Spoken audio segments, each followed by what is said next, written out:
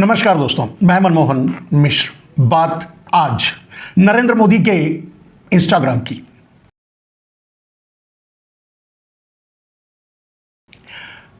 Anti paper leak bill की, नरेंद्र मोदी और अमित शाह के इस्तीफे की और उस पर हो रही तैयारियों की, चल रहे एक महायुद्ध की। तो बात करते हैं, शुरू करते हैं नरेंद्र मोदी से ही। नरेंद्र मोदी ने कल भी एक वीडियो बना करके इंस्टाग्राम पर डाला और वो आप समझ सकते हैं वो क्या बोलेंगे। चलिए, हाँ, भले ही थोड़े चेंजेस हुए, वैसे अब वो बिना देखे नहीं बोल रहे हैं, उनके सामने अब टेलीप्रॉम्प्टर लग गया है। यानी उनके कमरे में भी 11 बजे रात को अकेले में वो इंस्टाग्राम बनाए, इसके लिए भी उनकी व्यवस्था कर दी गई है। जो ये वीडियो, अंतिम वीडियो जो आया है एंटी पेपर लीक बिल पर, जो पास हुआ है कल संसद से, उस पर उन्होंने जो बोला है, जिंजी के नाम जो संदेश भेजा है, वो एक प्रहसन से ज्यादा कुछ भी नहीं, एक मजाक से ज्यादा कुछ, एक जोक से ज्यादा कुछ भी नहीं है। इस पर आगे बात करेंगे मेरे दोस्त। बात यह है कि आज पूरा देश, पूरे देश का जिंजी एक पैर पे खड़ा होकर के नरेंद्र मोदी और अमित शाह से इस्तीफा मांग रहा है। यह बात मोदी भी समझ रहे हैं और यह बात अमित शाह भी समझ रहे हैं, यह बात जेनजी भी जानते हैं, यह बात विपक्षी पार्टियां भी समझ रही हैं कि इस्तीफा अमित शाह का पहले अभी मांगा जा रहा है और खास करके प्रमुखता से, प्रखर रूप से राहुल गांधी अमित शाह से इस्तीफा मांग रहे हैं, क्योंकि वो जिम्मेदार हैं जेनजी पर हुए जुर्म के। और जुर्म थमा नहीं है आज भी। वहां जो भी बच्चे आए थे अपनी मांगों को लेकर, आवेश में जो भी बोला, वो सब कुछ जायज है, कुछ भी गलत नहीं है। अगर आवेश में आकर या अगर देश की सरकार कानून तोड़कर लोगों का दमन कर सकती है तो लोग कुछ बोल भी नहीं सकते मुंह से, तो उसे गलत कैसे कहा जा सकता है। दूसरी बात, और जो भी बोला गया है उसे कानून की किसी धारा में अभी तक अपराध नहीं कहा गया है और किसी को सजा नहीं हुई है। कानून में वो अपराध नहीं है, सामाजिक रूप से वो गलत है, नहीं होना चाहिए, लेकिन शब्द का इम्तहान भी नहीं लेना चाहिए। जेनजी के शब्द का, यानी बच्चों के सब्र का इम्तहान लिया गया जंतर मंतर पर। लगभग 30 दिनों तक, महीनों भर तक उनको वहां बिठाए रखा गया, भूखे प्यासे, बारिश में, धूप में, चाहे जिन परिस्थितियों में भी रहे। तो ये उनके शब्द का इम्तहान। और सिर्फ यही नहीं, उनको, उनकी बिजली काटी गई, पानी काटा गया, दैनिक सुविधाओं से रोका गया, तरह तरह से प्रताड़ित किया गया, खाना आना बंद कर दिया गया। जो बाहर से सुविधाएं आ रही थी उनको, जो सुविधाएं दे रहे थे उनको, सबको प्रताड़ित किया गया। इनडायरेक्टली वहां चिन्हित करके लोगों को, उनके घरों पे दबिश डाली गई, उनके घरों के लोगों को उठाया गया, उनके मां बाप को डराया धमकाया गया और अब ये प्रक्रिया के रूप में चालू है। मैं पहले भी बता चुका हूं कि नरेंद्र मोदी एक कायर व्यक्ति हैं और कायर व्यक्ति एक घायल सांप से ज्यादा जहरीला होता है पलटवार करने के मामले में। पहली बार नरेंद्र मोदी की हार हुई है और वो भी सामाजिक रूप से, संसदीय रूप से, पूरे भारत के पटल पर। इसे वो बचा नहीं पा रहे हैं। खैर, वो अपने तरीके से निपट रहे हैं बच्चों से, बच्चों के पेरेंट्स से, जिनके साथ जो ज्यादती जुल्म करना चाहिए वो कर रहे हैं। मैंने पहले ही कहा था, जो वादा किए थे वो, कि वो किसी पर केस नहीं करेंगे। मोदी कभी वादा करें और पूरा करें, ये हो ही नहीं सकता, तो वो नहीं हो रहा है। केस भी हो रहे हैं, लोगों को फंसाया भी जा रहा है, लोगों को घरों से उठाया भी जा रहा है, लोगों को दंडित भी किया जा रहा है, प्रताड़ित भी किया जा रहा है। अपने गुंडों से, आरएसएस के, बजरंग दल के, या अपने गुंडे गैंग, अपने चड्डी गुंडा गैंग से पिटवाने की भी कोशिश की जा रही है और पिटवा भी रहे हैं। माने जो वो कर सकते हैं बदले की भावना में, वो कर रहे हैं। वो शांत नहीं है नरेंद्र मोदी। वो जो कर सकते थे आगे की तैयारी के लिए, वो भी कर रहे हैं। आपको पता ही चला होगा कि जंतर मंतर पर एक जैसे किसानों के साथ उन्होंने जो तैयारियां की थी, उन्हें 13 महीनों तक दिल्ली के बाहर सड़कों पर बिठाए रखा था, उस तरह की तैयारी, बैरिकेटिंग, इससे भी बड़ा हो सकता है, इससे भी बड़ा कुछ और व्यवस्था की जाए निपटने के लिए, और उसकी तैयारी शुरू की गई है, की जा रही है। जंतर मंतर पे तो अभी कुछ नहीं हो रहा है ना। यानी नरेंद्र मोदी को यह पता है कि वो अपने वादे पूरे नहीं करेंगे, बदला लेने की कोशिश करेंगे, जो भी करेंगे उसका रिएक्शन यह होगा कि ये फिर से जंतर मंतर आएंगे, तो उसकी तैयारी पहले कर लो। यह बात जेनजी भी जानता है, विपक्ष भी जानता है, राहुल गांधी अच्छी तरह जानते हैं। इसीलिए वो सीधे सीधे अमित शाह से इस्तीफा मांग रहे हैं, उनकी जिम्मेदारी तय करवाना चाहते हैं संसद में। संसद से पहले नरेंद्र मोदी भागे थे, अब पीछे पीछे अमित शाह भी भाग खड़े हुए हैं। अगर वो आपस में तैयारी कर रहे हैं वो देश छोड़कर भागने की, तो कोई बड़ी बात नहीं हो सकती, क्योंकि पता चल चुका है कि अब यह महायुद्ध नहीं रुकेगा। और यह महायुद्ध अब नहीं रुकेगा, इस बात का प्रमाण वो खुद दे रहे हैं। जंतर मंतर पर जो तैयारी करवा रहे हैं वो खुद इस बात का प्रमाण है। वो इस बात का भी प्रमाण है कि वो अपने वादे पूरा नहीं करेंगे, लोगों से बदला लेंगे, बच्चों को प्रताड़ित करेंगे, उनके मनोबल को तोड़ने की कोशिश करेंगे। ये नरेंद्र मोदी, शाह और ये सरकार अब इस काम में लग जाएगी कि फिर से कभी भी जेनजी शर न उठा सके। ये तो उनका पक्ष है मेरे दोस्त। लेकिन जेनजी भी जानता है, यानी इस देश का युवा भी जानता है, इस देश का आम आदमी भी जानता है, किसान भी जानता है, जवान भी जानता है, हर आदमी जानता है कि मोदी धोखा के अलावा किसी को कुछ नहीं दे सकते। देश से गद्दारी के अलावा वो कभी देश को भी कुछ नहीं दे सकते। जो वो दे रहे हैं, जो वो कर रहे हैं, और इसका भुक्तभोगी पूरा देश हो चुका है। नोटबंदी, जो भी जितने भी अब तक 10-12 सालों में उन्होंने जो भी किया है, वो देश के आम आदमी के विरुद्ध किया है। तो जेनजी भी अपनी तैयारी में लगे हुए हैं, राहुल गांधी अपने मिशन पर आगे बढ़ रहे हैं, और नरेंद्र मोदी अपनी तैयारी में लगे हुए हैं, अपने मिशन पर आगे बढ़ रहे हैं। इस बीच बात छोटी सी एंटी पेपर लीक बिल की। बड़ी जिम्मेदारी के साथ और बड़े साफ गोई से 2 शब्दों में अगर कहा जाए तो इससे बड़ा मजाक कुछ भी नहीं हो सकता।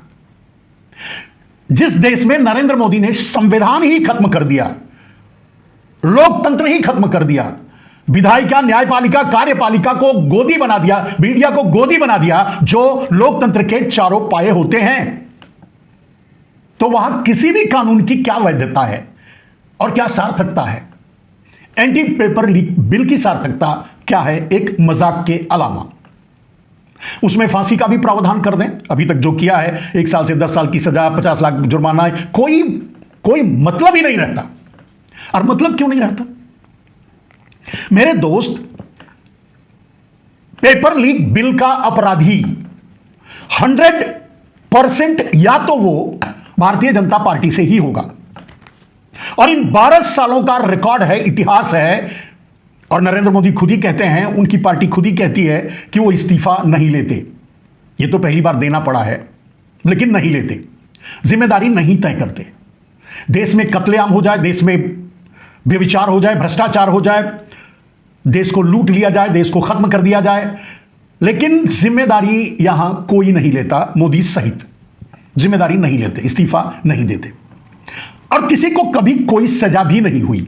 जो इनके बहुत से अपराधों में मामले सामने आए, मुख्यमंत्रियों के, मध्य प्रदेश के मुख्यमंत्री जमीन घोटाला, या जो पहले से नॉमिनेटेड हैं, अपने क्रिमिनल बैकग्राउंड के कारण बहुचर्चित हैं, उनके खिलाफ क्या हुआ?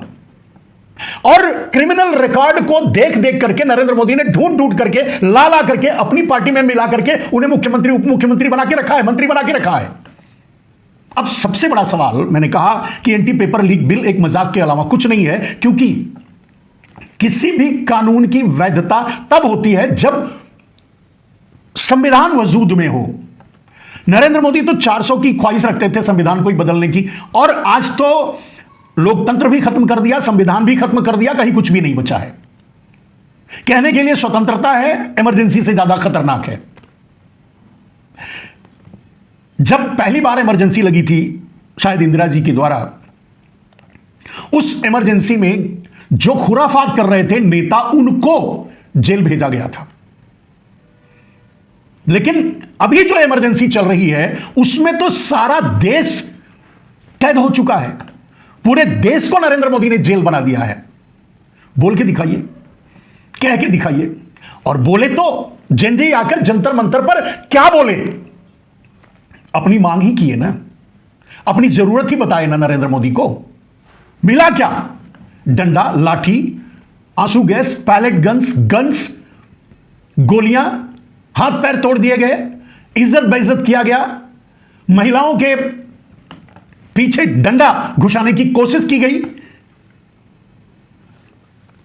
अमानवीय व्यवहार शायद जानवरों में जो ना होता हो उससे भी नीचे गिर करके अगर यह सरकार व्यवहार की करवाई और अब उसके साथ खड़ी है। मेरे दोस्त, एंटी पेपर लीक बिल का मजाक तो यूं भी हो गया क्योंकि धर्मेंद्र प्रधान से इस्तीफा लिया। मैंने पहले कह चुका हूं कि किसी का कोई महत्व नहीं है, वो मोदी का इस्तीफा था।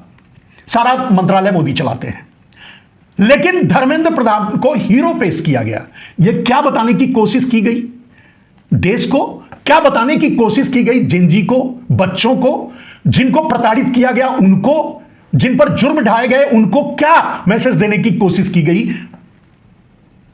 धर्मेंद्र प्रधान को हीरो बना करके, महाराजा की तरह स्वागत करके क्या बताने की कोशिश? यही ना कि तुम्हारी औकात कुछ भी नहीं, हम तुम्हें मारेंगे, तुम्हारे साथ ऐसे ही जुल्म करेंगे और हमारे साथ जो खड़ा है वो राजा है। यस, मतलब तो यही होता है। अब सवाल सबसे बड़ा यही खड़ा होता है कि एंटी पेपर लीक बिल की क्या वैल्यू है? अगर एंटी पेपर लीक में शामिल क्रिमिनल्स जो होगा वो भारतीय जनता पार्टी से ही होगा, आरएसएस से होगा, बजरंग दल से होगा, इनके ही गिरोह और गैंग से होगा, ये तो निश्चित है। और अभी तक जितने भी हुए हैं, एक तो हुआ था उसको जेल भी डाला गया और फिर उसको वो पूरी तरह से बरी हो गया, कोई आरोप साबित नहीं हुआ क्योंकि वो बीजेपी का था। अपराध जो करेगा वो बीजेपी का होगा। पहला चैप्टर और पहली लाइन ये बात है कि अपराध जो करेगा, चाहे वो बलात्कार करे, चाहे वो व्यभिचार करे, चाहे वो भ्रष्टाचार करे, चाहे वो पेपर लीक करे, चाहे वो लोगों को मारे, चाहे वो दंगा करे, चाहे वो कुछ भी करे, वो बीजेपी का होगा। राइट? और अगर बीजेपी का हुआ तो उस पर कोई कार्रवाई नहीं होगी, क्योंकि आज तक 12 साल के रिकॉर्ड में तो कोई कार्रवाई नहीं होगी, किसी पर भी नहीं हुई। आप सोच के देखिए, कुछ इनके साथी बृजभूषण या और भी दूसरे चिन्मयानंद और कौन कौन थे जो अपराधों में सामने आए, उनको तो छोड़ दीजिए, ये तो ढूंढ करके क्रिमिनल्स को ला करके अपनी पार्टी में मुख्यमंत्री और बड़े पद दिए। तो अगर वो बीजेपी के होगा तो उस पर कोई कार्रवाई होगी नहीं, सवाल ही खत्म। कोई जांच नहीं होगी, कोई एफआईआर नहीं होगी, कुछ भी नहीं होगा।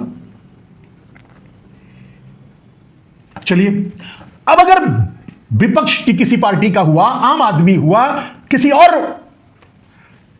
समुदाय से हुआ या कुछ कहीं से भी हुआ, शिक्षा से जुड़ा हुआ कोई आदमी या ब्यूरोक्रेट से जुड़ा हुआ कोई, कहीं से भी हुआ और वो पकड़ा गया तो तुरंत बीजेपी ज्वाइन कर लेगा, वो भी इस कानून से ऊपर आ जाएगा, उस पर कानून लागू नहीं होगा, उस पर कोई कार्रवाई नहीं होगी। तो यह बिल एक मजाक के अलावा कुछ है? कोई भी भारत का आदमी मुझे बता दे।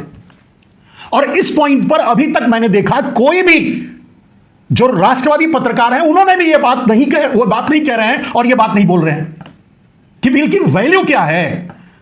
अगर एक सिस्टम बन चुका है कि जो बीजेपी में रहेगा, जो मोदी के साथ रहेगा, वो यो मस्त, उससे कोई सवाल नहीं होगा, उसकी कोई जांच नहीं होगी, उस पर कोई अपराध तय नहीं होगा, उसको कोई सजा नहीं दी जाएगी, यहां तक कि इस्तीफा तक भी नहीं लिया जाएगा, फिर क्या, बात ही खत्म। अब मैंने कहा कि अगर बाहर का रहेगा तो वो बीजेपी ज्वाइन कर लेगा, वो बाद में मुख्यमंत्री, प्रधानमंत्री, मुख्यमंत्री, संतरी जंतरी कहीं ना कहीं सेट हो जाएगा, मोदी का प्रसाद उसे मिल जाएगा, उसे बचा लिया जाएगा। कहने का अर्थ यह है कि अगर फांसी का भी प्रावधान डाल दे नरेंद्र मोदी तो सजा किसी को देना ही नहीं है, क्योंकि मोदी ने इन 12 सालों में यह सेट कर दिया है, माइंडसेट बना लिया है और मैसेज दे दिया है इस पूरे भारत को कि अगर आप क्रिमिनल हो तो बीजेपी ज्वाइन कर लो, और नहीं हो तो भी ज्वाइन कर लो, कल क्रिमिनल बन सकते हो। नहीं तो हम तुम्हें क्रिमिनल, तुम्हारे ऊपर केस डाल करके तुम्हें बीजेपी ज्वाइन करने के लिए मजबूर कर देंगे। चलो यह भी नहीं हुआ, आज नहीं कल जब पकड़े जाओगे अपराध में तब ज्वाइन कर लेना। वही हो रहा है। कहने का मतलब नरेंद्र मोदी के रहते अभी तक जो साबित हुआ है, अभी तक जो सामने आया है, अभी तक जो न्याय प्रक्रिया में जो बातें सामने आई हैं, जिस तरह से सरकार चली है, अगर उसे सामने रखकर देखा जाए तो यह तो तय है कि चाहे कानून कुछ भी हो, किसी को सजा नहीं होगी मोदी के रहते। अपराधियों को कोई सजा नहीं होगी मोदी के रहते। बिना अपराध के मोदी का विरोध करने वाले, सच बोलने वाले, देश को बचाने की कोशिश करने वाले, देश के लिए लड़ने वाले, लोकतंत्र को बहाल करने वाले, इनके सामने खड़े होकर ताल ठोकने वालों को फंसाकर सजा दिलवाएंगे, जेल में डालेंगे, बाहर नहीं आने देंगे। लेकिन इनसे हाथ मिलाने लेने के बाद, इनके पाले में खड़े हो जाने के बाद सारे गुनाह माफ। तो किसी भी कानून का हेल क्या वैल्यू है, किसी भी कानून का क्या मतलब है? और दूसरों के साथ तो अत्याचार हो ही रहा है। तो एंटी पेपर लीक बिल एक मजाक है और उसी को लेकर के नरेंद्र मोदी बच्चों को बताना चाहते हैं, इंस्टाग्राम पर आते हैं। मोदी जी आपसे यह सवाल है, मैं जो कह रहा हूं उसमें एक भी गलत आप साबित कर दीजिए। नहीं कर सकते। मैं गलत बोला या ऐसा नहीं हो रहा है या ऐसा नहीं होगा, तो फिर मजाक क्यों? चलिए अब बात खत्म करते हैं। मजाक आप कर रहे हैं, यह जानता है देश, मजाक आप कर रहे हैं, यह पूरा जेनजी भी जानता है। इसीलिए आप भी लड़ने की तैयारी कर रहे हैं नरेंद्र मोदी जी, और जेनजी भी लड़ने के लिए तैयार हो रहा है। आप भी सुस्ता लीजिए, तैयारी कर लीजिए। जेनजी भी तैयारी कर रहा है, कर लेगा, तैयार है हमेशा लड़ने के लिए। और अमित शाह का इस्तीफा इज नॉट ए एंड। वास्तविकता यह है कि जेनजी भी चाहता है, जेनजी भी जानता है, देश भी चाहता है, देश भी जानता है नरेंद्र मोदी का इस्तीफा और इस सरकार का जाना संविधान की बहाली और लोकतंत्र की बहाली के लिए जरूरी है। तो अंतिम लक्ष्य नरेंद्र मोदी का इस्तीफा है। मोदी जी जितने जल्दी हो सके आप अमित शाह से भी इस्तीफा ले लीजिए, कुछ दिन के लिए और आपको समय मिल जाएगा, वरना दोनों को साथ इस्तीफा देना पड़ेगा। अब आपको जाना ही पड़ेगा। अब आपको अडानी अंबानी भी नहीं बचा पाएंगे, ट्रंप भी नहीं बचा पाएंगे, शी जिनपिंग भी नहीं बचा पाएंगे, भगवान राम भी नहीं बचा पाएंगे, जिनके घर में भी आपने डाका डाल दिया।